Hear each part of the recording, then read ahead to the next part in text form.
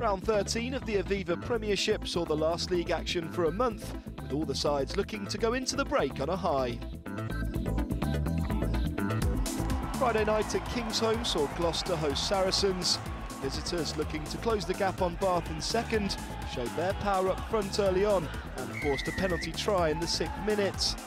Alex Good converted for a 7-point lead, and after he and opposite number James Hook exchanged 4 penalties, that's how the lead would stay until just before half-time.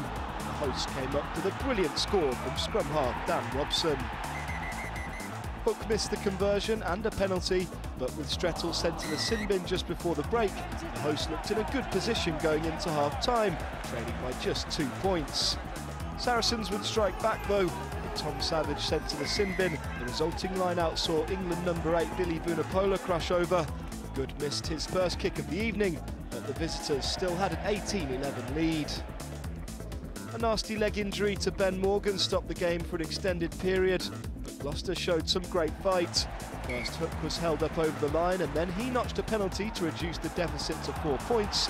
Straight from the kick-off, they produced a magnificent length of the field try. Johnny May and Gareth Evans involved, and substitute scrum half Callum Brayley on hand to finish off. Hook converted for a 3-point lead before an over-exuberant challenge from Surrey's lock George Cruz saw him sent to the sin bin. May would follow soon after for Gloucester to make it 14 men apiece. Almost as soon as he left the field, Mako Vunipola had Saracens back in front. Good couldn't convert, and with time almost up, Sarries thought they had the game wrapped up. Chris Ashton dotted down following a Neil de Kock chip through. TMO rightly ruling out the try for offside though. That then left the Cherry and Whites with the opportunity of a long-range penalty for the win. Welshman Hook stepped up and nailed it to produce the most dramatic of finishes, and a well-deserved win for the home side. On Saturday, Sale took on Northampton, looking for a first win in 3. The hosts started the brighter, and following 2 Danny Cipriani penalties at the first try of the match. Effie and Lewis Roberts smashed over for the hosts. Northampton also down to 14 after Sam Dickinson saw yellow. Cipriani converted to see Sale 13-0 ahead at half-time, and after the break they continued where they left off. Callum Clark was next to go in the bin for Saints, and soon after Sharks had another try. Captain Dan Braid back in the side and back on the score sheet. Another conversion from Cipriani saw Sale in a commanding 20-0 lead.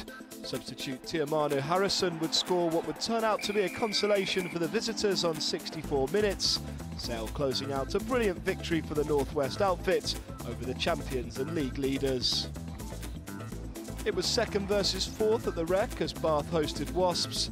It took 10 minutes for anyone to trouble the scorers. Francois Lowe, the man to get Bath up and running with his first try of the season. George Ford converted, and another scoreless period ensued before Alapato Lioa crossed for the visitors 15 minutes later. Nathan Hughes finding the gap, and Lioa doing the rest. Andy Good couldn't convert, and another Ford penalty soon after had Bath 10-5 up. Wasps again looked for a response, but having issued some concerted pressure on their opponents, Bath won a crucial turnover, which Ford then made into a try-scoring opportunity. Samessa Rockadunguni running in from long distance, and despite nearly being caught out, just having enough to reach over the try line. Another Ford conversion and then a penalty had the host firmly in control at half-time, and 4 minutes after the break, the Bath fans got just what they'd been waiting for. A typically brilliant flat pass from fly-half Ford saw Sam Burgess burst through the Wasps defence and score his first ever try in rugby union. Ford made it to 7-pointer. Bath now 1 try away from that precious bonus point. Wasps hadn't given up the fight yet though, and after the impressive Hughes went over, they knew there was plenty of time to get back into it. 2 tries in the space of 6 minutes would put pay to that though. Firstly, Matt Banahan securing the bonus with some powerful running down the left wing. And then on the opposite side, Jonathan Joseph providing the pass for Ollie Devoto to finish off. The scoring wasn't done yet though, and although a losing bonus point looked too far away for the visitors, a try-scoring one seemingly wasn't. Tries from Ben Jacobs and then young fly-half Alex Lazowski, showing off some searing pace to outgun a tiring Bath side. Not the finish Mike Ford was after, but overall a dominant display from an impressive Bath side. It was Harlequins versus Leicester at the Stoop. The visitors stretched to a 9-3 lead early on thanks to 3 Owen Williams penalties. However, on the day of Nick Easter's 250th appearance for Quins, veteran number 8 showed a touch of class to set up Danny Kerr, collected the ball and scampered his way over the try line. Kerr looked to be pulling the strings for Quins. Quickly taken penalty started a move that culminated with Jack Clifford bagging a second try for the hosts. And the half-time break did nothing to halt Harlequins' momentum. Marlon Yard's direct running eluded all the men in orange on 44 minutes. And after a quick check with the TMO, a try was awarded. And the final flourish from Quins came just before the full-time whistle. Great work from Mike Brown set up Tim Sweel, the young fly half scoring the all-important 4th try for the hosts. So a welcome 5-point boost for Conor O'Shea as we enter the European break. By the score, Harlequins 32, Leicester Tigers 12. London Welsh travelled north to face Newcastle in desperate need of a First League win. On a blustery day at Kingston Park, it didn't take Newcastle long to get on the board.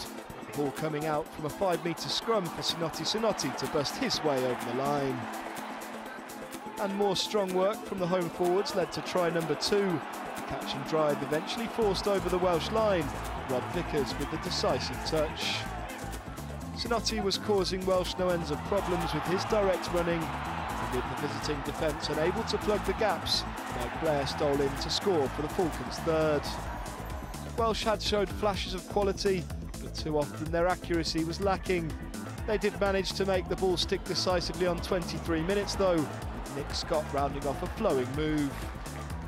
The hosts were undeterred and forged ahead in search of a bonus point score, which they found through skipper Will Welsh. The difficult conditions meant the second half didn't prove to be much of a spectacle, but there was more reasons for the home crowd to cheer. Ali Hogg finding space out wide and holding off the covering defence to score. Tom Catterick rounded off the afternoon with Newcastle's 6th try, skating in from the wing.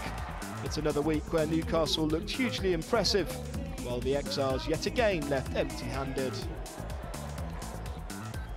London Irish entertained Exeter at the Madejski.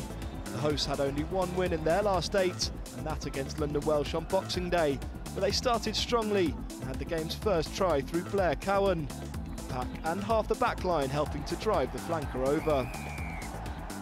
Shane Geraghty missed the conversion to add to another penalty miss, but Gareth Steenson's greater accuracy from the boot edged Exeter into a lead, which they would extend just before half-time.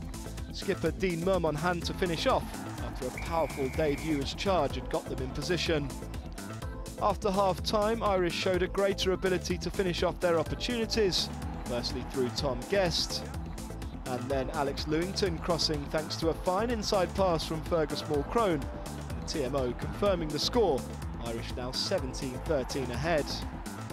A second Blair Cowan try gave the host further control in the match and an early bonus point.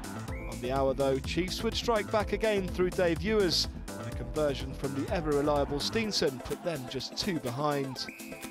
Tom Homer put Irish 5 ahead with a penalty, but 2 more in reply from Steenson had Chiefs leading by a point, with no time left on the clock.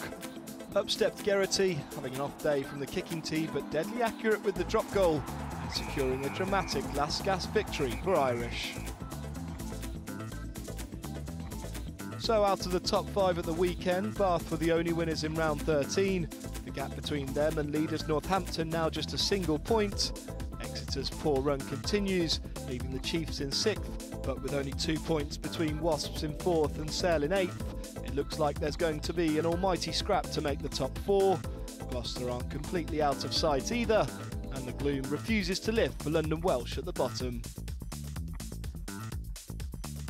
For all the latest Premiership action, subscribe to the official YouTube channel and log on to premiershiprugby.tv.